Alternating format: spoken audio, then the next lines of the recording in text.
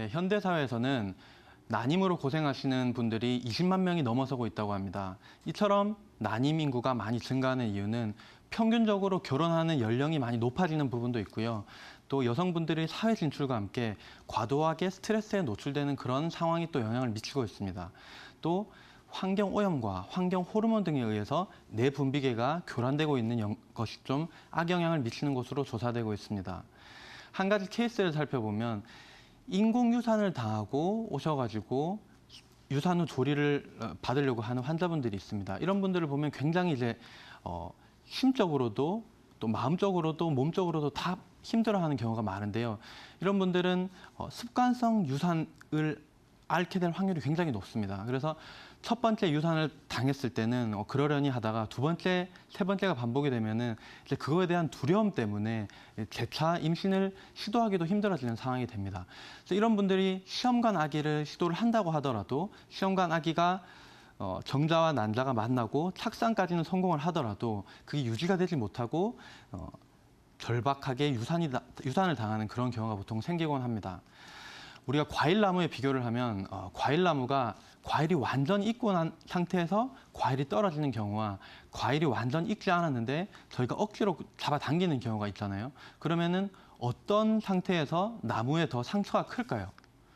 우리가 억지로 잡아당기면은 나무의 상처가 보통 더 크다고 얘기를 합니다. 그래서 유산당하는 상황도 사실은 그런 것처럼 우리 몸에 더 큰 상처를 입히는데요.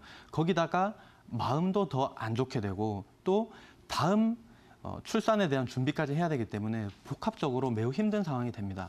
논문을 또 하나를 살펴보겠습니다. 이 논문은 증례 논문이라고 합니다. 그래서 한 가지 케이스를 가지고 어떤 증상을 가지고 있는지 살펴보는 건데요. 습관성 유산의 한약 치료라고 합니다. 반복되는 유산이 습관성 유산인데 습관성 유산으로 계속 고생을 하다가 한약 치료를 받음으로써 다행히도 안전하게 출산을 했다라는 걸 증례를 밝힌 논문인데요.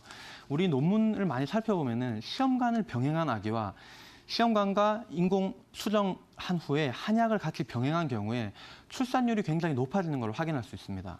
이게 어떤 의미냐면 실제로 시험관 아기만 했을 경우에는 배란율, 착상률까지는 괜찮은데 출산까지 이를 확률이 굉장히 떨어지는 경우가 많거든요. 그럴 때 한약이 대체의학으로서 큰 도움이 된다는 게 요새는 많이 논문으로 나오고 있는 상태입니다.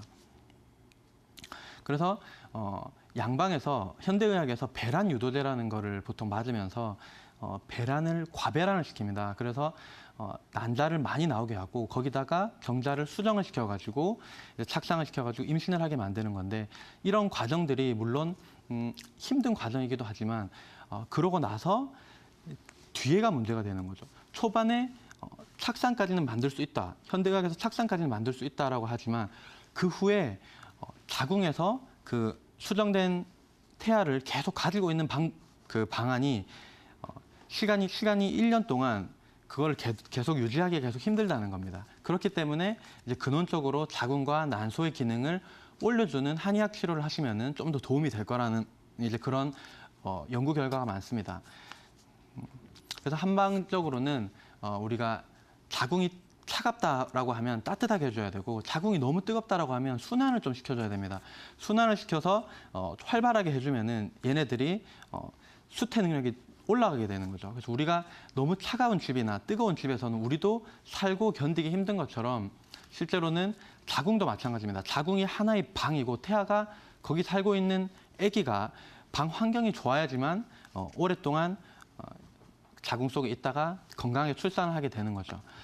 그래서 한의학적인 이런 치료를 불임과 난임으로 고생하시는 분들은 양방과 한방을 병행해서 치료하시는 게 건강한 아기를 출산하는데 큰 도움이 될 거라고 생각합니다. 이상 불임에 대해서 설명을 드렸습니다.